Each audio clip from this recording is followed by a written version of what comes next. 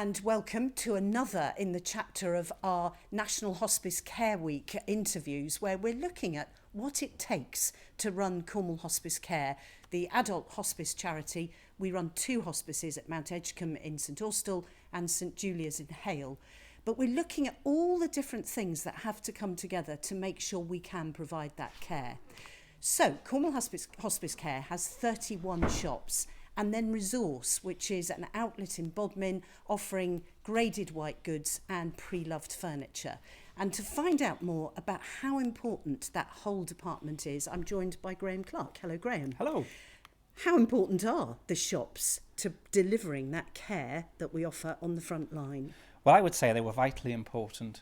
If we look at last year's financial position, the retail business contributed nearly £900,000 towards the provision of care, which is about 20% of the total amount we need to run the 2 hospices. So I would say retail was a very important part of what we do. So it is about converting that commercial aspect into the care aspect further on. Very much so. It's becoming more and more difficult, I think, to raise the funds that we need through other sources. So therefore, what we can earn through retail becomes much more critical to the continuing provision of care that we do. And we rely on a lot of factors for that, don't we? Not least of which is the support from shoppers, but also from donors. Yes, we're very much dependent on donated goods now in our shops. We used to mix it up with new goods a lot more, but we've cut back on that and we're relying more on donated, where we make more money. And in a typical week, we'll sell between 30 and 35,000 individual items of donated goods in order to make the profit that we need to fund the charity. So interestingly, there's a whole recycling aspect to this. We have an environmental credential. Absolutely right, yes we do. I would say we're probably one of the biggest recyclers in the county at the moment, because everything that we sell, the majority is diverted away from landfill or from waste. And how important are we on the high street? I get the feeling that charity shops have become more popular, and yet we read about the high street dying. We are an important presence on the high street. Not everybody wants to see the growth of charity shops, but it's a reality that we are facing at the moment with austerity and other things, and the move to online. People who wish to come and look at the things they're going to buy, more and more will come into a charity shop. I mentioned Resource at the beginning. Yes. Now, that's a slightly different offer to the 31 charity shops we have right across Cornwall. Tell us a little bit about that. Yes, we've been working with Resource for 18 months now, and what they offer are a range of graded white goods provided by Beko that we take from their customer returns department and offer for sale throughout our shops at significantly discounted prices.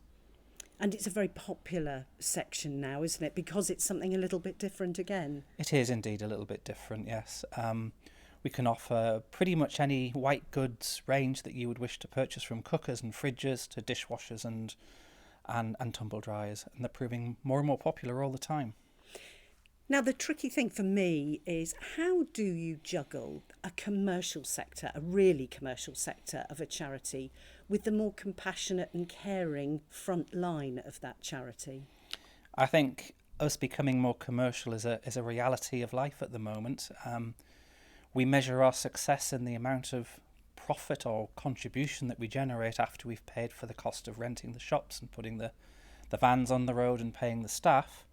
We're aiming for £1 million this year, and we're needing to grow all the time because it's becoming more and more difficult to raise other funds from other places. So we have to be quite commercial in the way we run the business. So if all our shops were to close tomorrow, could our care continue? I think we have a strong reserve base, but I think if we lost the retail business and the contribution that makes, I think we would use those reserves within 3 years. So, Graham, your final word to the shoppers then must be a very big thank you.